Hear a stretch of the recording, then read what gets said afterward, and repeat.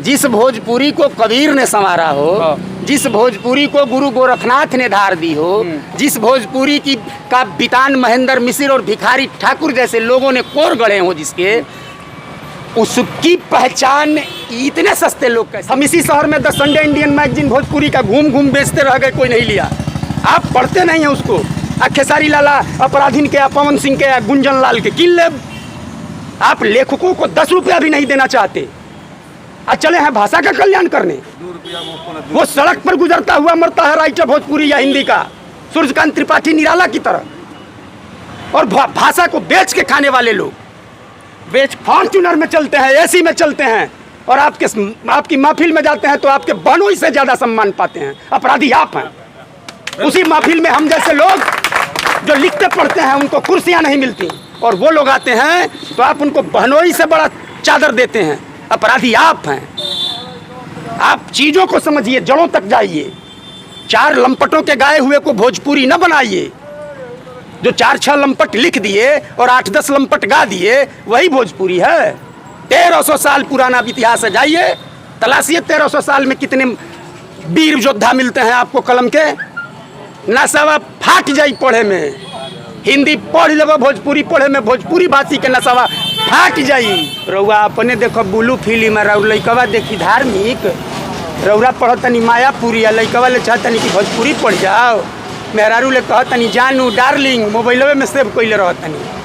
हमार मोबाइल खोल के देखाई, ब्राह्मणी सेव बा, ओबे खोल के देखाई बेकर में। ए तेरे जिए के परी।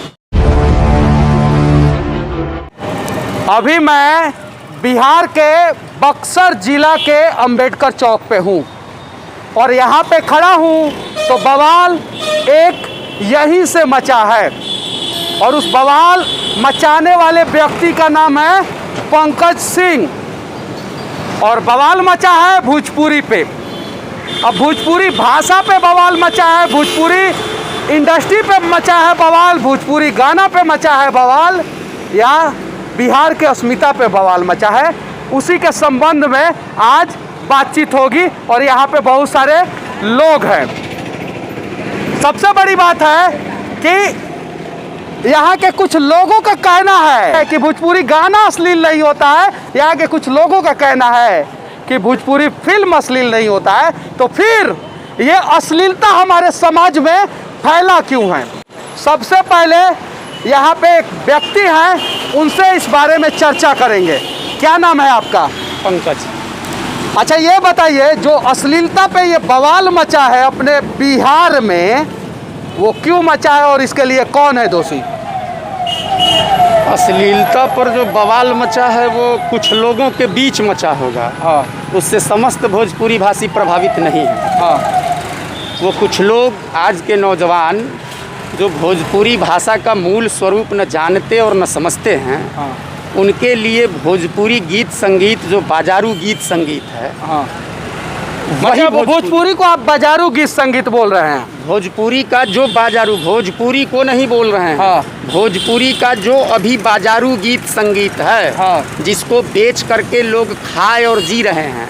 2-4 आदमी का नाम बताइए जो बेचकर खा जी रहे हैं। किसी का नाम नहीं लूंगा, आप सबको मालूम है। हाँ, और दोषी उसके लिए ये समाज है। हाँ, चूँकि वो अच्छी चीज़ें न सुनना चाहता है न देखना चाहता है। उसके व्यूज़ यदि 10 लाख, 20 लाख, 50 लाख, जिस व्यूज़ पर उसकी ऐंठन होती है, वो व्यूज़ कौन देता है? मंगल ग्रह के लोग तो देखते नहीं हैं। देखते तो इसी पृथ्वी के लोग हैं, यही भोजपुरी भाषी वाले। कन्नड़ तो देखते नहीं होंगे, अमेरिकन तो देखते नहीं होंगे। तो दोषी तो वो नौजवान है जो आज बवाल मचाए हुए है। अच्छा, भोजपुरी का पहचान किस से है? खेसारी लाल यादव, पवन सिंह, अक्षरा सिंह, या किसी और से? पहली चीज़ तो आप ये जान लीजिए कि भोजपुरी लगभग 1300 साल पुरानी भाषा है। हाँ। और दूसरी बात बताऊं कि इसकी पहचान ये कतई नहीं हो सकती। अभी तो जो पहचान है अभी वर्तमान परिस्थिति में, सवाल गलत है। सवाल गलत नहीं है, सवाल गलत। जवाब मैं ढूंढने की कोशिश कर रहा हूँ, इसलिए भोजपुरी में छपने वाली पत्रिकाओं और अखबारों को खरीद के नहीं पढ़ते। हाँ। भोजपुरी की किताबें कितने घरों में होंगी? कितने लोग गुरु गोरखनाथ, कबीर, महेंद्र मिश्र, भिखारी ठाकुर, प्रिंसिपल मनोरंजन, रघुवीर नारायण, इन लोगों की को जानते होंगे। इन लोगों की किताबें होंगी उनके घरों में। आपके घरों में उन अपराधियों के कैसेट हैं जिन्होंने भोजपुरी को बेचा है, माल बना के बेचा है, और उसके लिए दोषी हम सब हैं जिन्होंने बार बार कहा कि भोजपुरी की पहचान है वो। कहाँ जा रहे हैं इस सवाल के साथ? मतलब इस बात को मानते हैं ना कि दोषी हम सब हैं जिन्होंने बार बार कहा है कि भोजपुरी की पहचान वर्तमान समय में वो लोग बन गए हैं। हो ही नहीं सकते कत्ते, ये आप कहते हैं, ये आप मान लें। अभी तो आप बोले हैं यही बात की बार बार बोला गया है। आप लोग बोल रहे हैं ना, हम जैसे लोग शुरुआती आपसे बातचीत में शुरुआती दौर से विरोध चल रहा है मेरा। मैं नहीं मानता इसको। जिस भोजपुरी को कबीर ने संवारा हो, जिस भोजपुरी को गुरु गोरखनाथ ने धार दी हो, जिस भोजपुरी की का बितान महेंद्र मिश्र और भिखारी ठाकुर जैसे लोगों ने कोर गढ़े हो, जिसके उसकी पहचान इतने सस्ते लोग कैसे हो जाए? आज क्यों नहीं कबीर पैदा हो रहा है भोजपुरी समाज में? आप और हम पढ़ नहीं रहे उनको। भोजपुरी में आज भी रचनाएं लगातार हो रही हैं। हम भोजपुरी के लोक को नहीं जानते, और हम हिंदी की दुनिया में प्रवेश करते हुए अंग्रेजी का कल्चर जीने का प्रयास। हिंदी और अंग्रेजी वो तो अलग बात है, आप नहीं, उसको हम लोग गलत नहीं कह सकते, लेकिन अश्लीलता जो फैला हुआ है और जिसके वजह से भोजपुरी अस्मिता पे सवाल खड़ा किया जा रहा है, ये सवाल बेजा लोग खड़ा कर रहे हैं। ये सवाल ही बेजा है। किसी एक के गोली मार देने से समस्त बक्सर अपराधी नहीं होता है। किसी एक के गाली दे देने से पूरी भोजपुरी गाली नहीं हो जाएगी। पहली चीज ये जान लीजिए कि भाषा कोई भी अपने मूल स्वरूप में अश्लील नहीं होती है।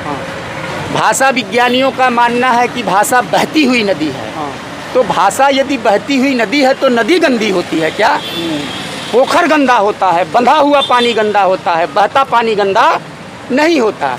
तो इस आधार पर हम कह सकते हैं कि दुनिया की कोई भी भाषा अपने मूल स्वरूप में गंदी नहीं होती है। आप गंगा भी छेड़छाड़ करते हैं, छेड़छाड़ के वजह से। जी हाँ, तो वो छेड़छाड़ हो रहा है कि नहीं भोजपुरी भाषा के साथ? तो कर रहे हैं ना कुछ लोग। छेड़छाड़ हो रहा है कि नहीं भोजपुरी भाषा? बिल्कुल बिल्कुल बिल्कुल हो रहा है, छेड़छाड़ हो रहा है। उसी का नतीजा है कि आज बात यह है कि उसी छेड़छाड़ को हम देख रहे हैं। हम अच्छी चीजों की तरफ नहीं जा रहे।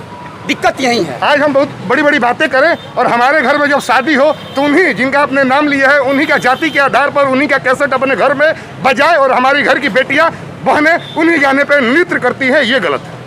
आप पढ़े है ना, कुछ तो गलत हो रहा है ना। बिल्कुल बिल्कुल, वर्तमान परिस्थिति में बहुत गलत हो रहा है। केदारनाथ सिंह यादव उतारना भाई था, भोजपुरी मेरा गांव है और हिंदी मेरा देश। हम इस अवधारणा के लोग।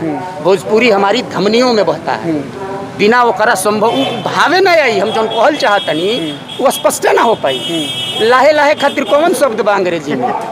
हिंदी में लाहे लाहे खातिर कौन शब्द बा? बता दिया जाए ना। धीरे धीरे खातिर हिंदी बा स्लोली स्लोली करब, मंद मंद करब, मंथर करब। आई लाहे लाहे खातिर का करब?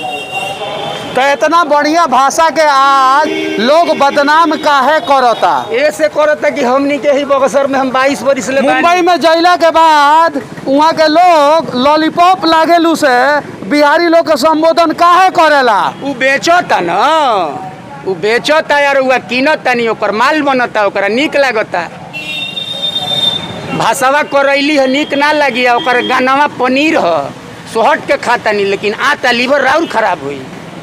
भाषावा करैली है बड़ा टेढ़ होले, ओकरा के पढ़े में समझे में नशा फाट जाई, नशा फाट जाई। जे लोग भोजपुरी बोलत लोग भोजपुरी 4 लाइन लिख नहीं के सकती, मजबूरी बा।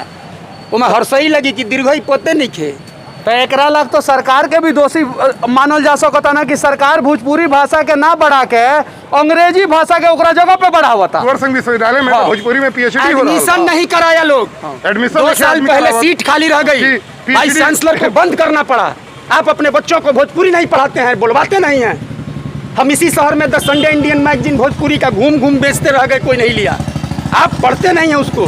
खेसारी लाला अपराधीन के, पवन सिंह के, गुंजन लाल के किल ले। आप लेखकों को 10 रुपया भी नहीं देना चाहते। आज चले हैं भाषा का कल्याण करने।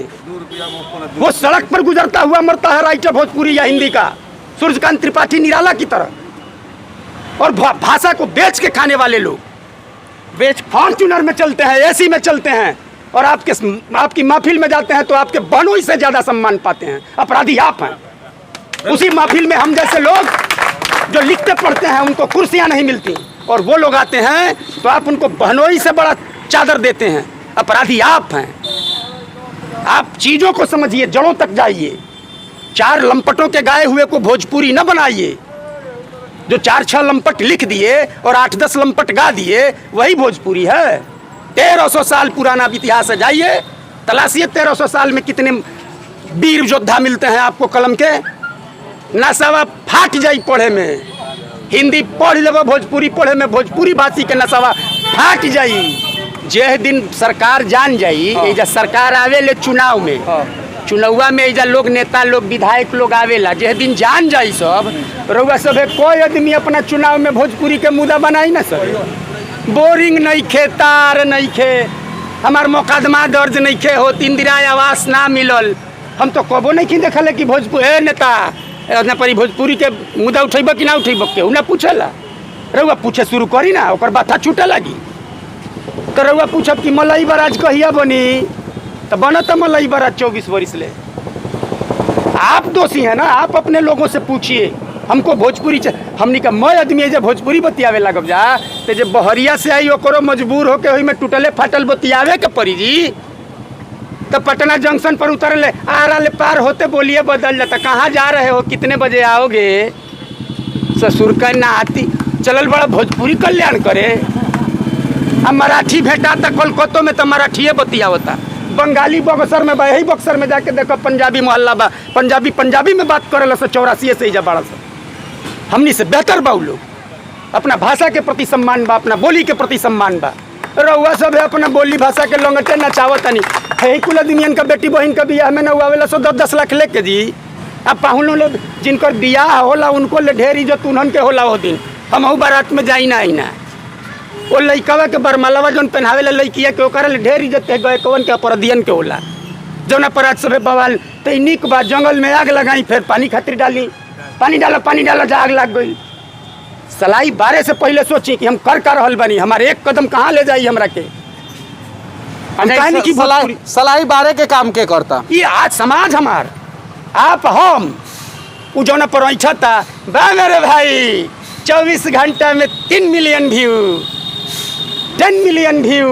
उ के हो, मंगल ग्रह के लोग हवन, अमेरिका के लोग हवन कि ऑस्ट्रेलिया के लोग व्यू देता। उ के हो जी, हम पूछतनी जौन पर ऐठतनी कि 30 करोड़ भोजपुरिया बनी जा, तो 30 करोड़ ले जब ओकर व्यू पार जाई तब न हम बुझब कि केहू दूसर देखता। आ 30 करोड़ ले पार केहू के जाते नहीं के, मैं जाना 1-1 करोड़ में ऐठत खून फेंक देता लोग, मैं उघार करके बेच देता लोग ऊपर से नीचे तक, तब वो 1-1 करोड़ में खून। एक मतलब कि 29 करोड़ आदमी रहुआ के नेगलेक्ट करतान, तो 1 करोड़ कितना होलन 30 करोड़ में अनुपात लगा ली, तो 1 करोड़ ना तय कर दी 30 करोड़ के हिस्सा। 29 करोड़ लोग जो बाचल बा ओकर मुद्दा बा। अब रउआ कान में जब लगाई तो सुने वही अपराधियन के। अरे तनी को सुनी महेंद्र मिश्र के गीत, तनी को सुन ली शारदा सिन्हा के। बेचारा भरत शर्मा हारमोनियम दबावत मर गई, लोग 10,000 व्यू नहीं खे रहत। विष्णु ओझवा मरे लिहल होकर के केहू देखे ना गोइल। आई अपराधिया मुँह तड़सन तो देख तनी 50,000 आदमी ऊपर ले नीचे लिखतन। हमरो उम्र तहरा के लाग जाओ कि हमारा महतारी संगे बलात्कार। भाषा महतारी न होले जी, मातृभाषा, माँ की भाषा। और ओकरा संगे चौके पर बलात्कार करावतनी। जे दिन हमनी का ठीक हो जाए, हमनी का ना बोलाई जता रखे। अब तो देखो तनी कि हर कीर्तन के समाप्ति में उन्हन के नचनियन के नाच होता। धर्मो नाचतानी, भसो नाचतानी, लिंगो नाचतानी, जात कहाँ बानी सरकार। सब संवरता रहुए सभे बिगड़तानी। अपना के समझे के पड़ी कि हमनी का बानी जाका। ये कुंवर सिंह के भाषा है, ये प्यार के भाषा तो है ही, तकरार रार लोहा लेबे वाली भाषा है। मान जाना तो मना दे, ये कहीं नहीं खे दुनिया के कोनो भाषा में बोलिए नहीं के। बबुआ मान जो, बड़ा प्यार से पहिल की लेनिया कहला, बबुआ मान जो, ना मनबे मना दे। ई टोन कोनो दुनिया के भाषा में ना मिली, जहाँ तक हमारा जानकारी बा है मूर्ख के। राहत इंदौरी के शेर बर्दाश्त करी रहुआ, सवाल के जवाब मिल जाई। सैलाबों से आंख मिलाओ, लहरों पे वार करो, मल्लाहों का चक्कर छोड़ो, तैर के दरिया पार करो। ये भोजपुरिया लोग हो, एकरा के थू ही थानी ना चाहिए सरकार दरकार साहेब। हम लौड़ के ले ले बानी। तो लौड़ के लेवे के चक्कर में तो हमनी के इतना बर्बाद कर देनी सो ना। ओकरा के संभालल के ना जाए। ना ना ना ना ना रउआ सभे जकरा संभारे के रहे वो अपना में बर्बाद कर ले बा। हाँ। रउआ अपना लइकन के लगनी अंग्रेजी 5 कट्ठा हमर बियाह नहीं के भइल। और नहीं के भइल त और के मतलब भोजपुरिया समाज से हमार मतलब बा। आज न तो काल होइबे करी आ तोहरो मौगी करी रहत होइबे अगर बेतिया भमोतिहारी तो अगलिया बगलिया वाला के देख के कही कि बोले नहीं खा कमा तोरा तो पैसा नहीं खे जुगाड़ नहीं खे तनख्वाह आवता आ अंग्रेजी स्कूल में पढ़ावे में वो लड़का के 10,000 खर्चा बा 25,000 एडमिशन के 10 कट्ठा बेचवाई गाँव में मौगी एजे ले भोजपुरी खत्म एजे ले होतिया। अरे हमनी का अपना गाँव वहीं पढ़ल हैं जी। अरे और बाथा उतारे भर के क्षमता काम तो रौनी के समय में गाँव में व्यवस्था रहे मार साहब से लोग डराए आज व्यवस्था नहीं खे। काहे नहीं खे रउरा उठ के चलिए नी शहर में अब विधायकवा गांव में देवलिया के सुविधा देव रउआ तब सदर विधायक के सुविधा मांगतनी गांव में रही और विधायक जाई तो जा आबादी देखी गांव खाली हो गई ओजा प्रभावित करे वाला लोग जगह छोड़ दिहल जे पढ़ल लिखल बुद्धिजीवी लोग रहे जे 2 लाइन लिख सकत रहे जे सवाल कर सकत रहे उ लोग चलाक बनल उ लोग विकास ये बुझल कि गौवा से 10 कट्ठा बेच के शहरिया मकान बना लो और फिर 10 कट्ठा बेच के रंगवा। और गाँव कहाँ है? हमार सराव गांव है जैसे 22 किलोमीटर दूर बा। तो फिर गाँव चलल जाओ दम भर है गौवे आवन हमार 7 बीघा हिस्सा बा हमारा दम भर खेती होला 15 कट्ठा में बगीचा लगौले बनी प्याज आलू तोरी से लेके कुल अपना घर के खाई ना कैमरा घुमा के लोग के मुड़िया दिखा दो ये लोग जान लइकवा जब बचपने से हिंदी लेके खड़ा होता वो भोजपुरी के मोल नहीं खे बुझत 18 बरिस का बाद जब क्षमता होता सरकार से बतियावे के तो ओकरा दिमागवे में भोजपुरी नहीं के वो पूछी का ओकरा बारे में वो तो छोड़ देले बा लइकइया पर भोजपुरी और वो परेशान बनी कि हाँ हमरो लइकवा तोता नहीं अंग्रेजी बोलता तो बोलवाई अंग्रेजी रउआ चले बोलवावे ना सूरी करम घरे बोले के परी एक दूसरा से ना बोलब जले तो ले काम बिगड़त बोली जौन पुरन की कितबिया छपल बाड़ी सब कुल लिखल की जकर जकर नौआ धरत रहने वो लोग के कितबिया कीन के लइकवन के पढ़ाई पढ़ी रउआ अपने देखो ब्लू फिल्म और लइकवा देखी धार्मिक रउरा पढ़तनी मायापुरी या लइकवा ले चाहतनी कि भोजपुरी पढ़ जाओ मेहरारू ले कहतनी जानू डार्लिंग मोबाइलवे में सेव कइले रहतनी हमार मोबाइल खोल के देखाई ब्राह्मणी सेव बा अबे खोल के देखाई बेकर में ए तरह जिए के परी खाली बतियावे के ना परी जब जियब रहुआ ना तो देहिया में बोहे लगी 1850 शब्द अबे जुटौले बनी ऐसन जौन भोजपुरी में बोलल लोग छोड़ देले बा। अब के कहता कि अड़हर मत बेसा है ये शब्द लौकता है आज का नौजवान हिंदी के डिक्शनरी मिलेला अंग्रेजी के डिक्शनरी मिलेला और दुर्भाग्य बा और कमी बा कि रहुआ डिक्शनरी तक नहीं पहुँचल जाई बिहार राष्ट्र भाषा परिषद में भोजपुरी अकादमी में करीब करीब आधा दर्जन डिक्शनरी वाली सन अलग अलग लेखकन के लिखल वजह से ले आई कीन के पढ़ी तो रहुआ तो उपटल बनी उन्होंने के सुने में 18 गो भाषा के जिक्र बाटे नोट पे जो नोट होला नोट पर रहुआ नोट पर वेद नहीं खे लिखल तो वेद के लाते रहुआ मार देव तो वेद लाते मारा जाई कोनो कोनो पागल शंकर जी के लिंगवा पर लात धरत लोग के लसन तो से का होला शंकर जी के महत्ता घट जाला कि दुनिया ओकरा के पागल डिक्लेयर कर देले रहुआ हमारा के ना दर्ज करब ओकरा पर हमार नाम वोटर लिस्ट में ना हुई तो देश के नागरिक ना रहे हम नहीं सुधार होई भोजपुरी के हम जले ना सुधरब तू जले ना सुधरब तले भोजपुरी ना सुधरी सरकार के भरोसे रहब तो गोरख पाणे के कविता पढ़ जौन कहलन कि समाजवाद बबुआ धीरे धीरे आई हाथी पे आई घोड़ा पे आई 70 बरिस ले आवते बा वो गोरख के कोई नहीं खे जाना जे कहल कि अबे गाँवे गाँवे बसे जमींदार सजनी जैसे रहरी में बसेला हुड़ार सजनी आ तोरा बलमा से बलमा हजार सजनी रोजे रोजे होलनी निकर शिकार सजनी पढ़ब तो मिजाज बम रही अरे इंडस्ट्री से भाषा ना पाई जी एगो इंडस्ट्री भाषा नापली तो सूर्यकांत त्रिपाठी निराला कौन इंडस्ट्री में गई महादेवी वर्मा कौन हिंदी इंडस्ट्री में बॉलीवुड में गई रही लेखक के नाप देव रहुआ हुई इंडस्ट्री नचनियन से जे रचता रचयिता अक्षर ब्रह्म होला आ जे ब्रह्म के उपासक होला उ साधक होला नीरज के याद करी मानव होना भाग्य है कभी होना सौभाग्य बड़े भाग मानुष तन पावा बड़ा भाग्य बा कि लेकिन आज के समाज में आज के समाज में कितना कवि के लोग जानता और कितना इंडस्ट्री के लोग जानता और कमी बा हम तो तबे ले चिचिया तनी कि रौरा वो करे के जनते बनी रउरा ओकरे के पूजते बनी। रउरा ढेलहवा बाबा के यहाँ जाते नहीं थी, रउरा जोगिए बीर बाबा के यहाँ जाते बनी, तो का जानब कि ढेलहवा बाबा के यहाँ कौन क्लास लगेला। कहियो कहियो ढेलहो बाबा के यहाँ जाई, पता चली कि ढेलहवा बाबा के यहाँ कुछ और नया आइटम मिलता, तो वैसा जाते नहीं थी। तो एक मंदिर में जाइब तो एक तरीका के प्रसाद, बालाजी के यहाँ जौन मिलत तो ना खाइब, कभी वैष्णो देवी जाई, कभी सिद्धि विनायक के यहाँ जाई, अलग अलग प्रसादी मिली। तो भाषा के रस बा, वो अलग अलग भाषा, सबकर सम्मान बा, सब कर हमनी का नज़र में हमारा माई ले केहू दूसर का के माई तनिको एक रति जी, एक रति नीच नहीं खे, बल्कि मौका पड़ी तो ओकरा माई के हम अपना माई ले बोल कह। हम भोजपुरी वाला हैं, हमारे करेजा कहता कि हमारे करेजा शब्द से अंग्रेजवा करेजियस बना ले हलस, कि बड़ा करेजगर है, करेजियस माने होला करेजगर, साहसी, साहसी के भोजपुरी अनुवाद करब तो ओकर होई करेजगर। तो करेजगर वही करेजगर से देखल से जब अंग्रेजवा आई जा अइले से तो देखल से कि लोग बड़ा करेजगर बा, तो करेज वो आ गई हुई। भोजपुरी ला कब आवाज उठी? अब बार बार कहता नहीं कि रउआ सब अपन बतियावे शुरू करी, नेतवा होता तो अरे आ गए, अरे देखो देखो MP साहब आए हैं, ना उनका के MP मत कहीं ना सब कहीं कि चौबे जी आई बनी, तिवारी जी आई बनी, बैठाव जा भोजपुरी में बात करी उनका से कहीं कि सरकार भोजपुरी तहत विशाल भाषा, इतना बेहतर भाषा, राउर भाषा, रउरा इतना ताकतवर जगह पर बनी, अब तो सुधार दी संवार दी। ई नहीं खींचा पूछत, हमनी के बस उनका के पानी पिया के आ खुश करे में अपन भूमिका निर्वाहित कर देता नहीं जा, तो गलती हमनी के।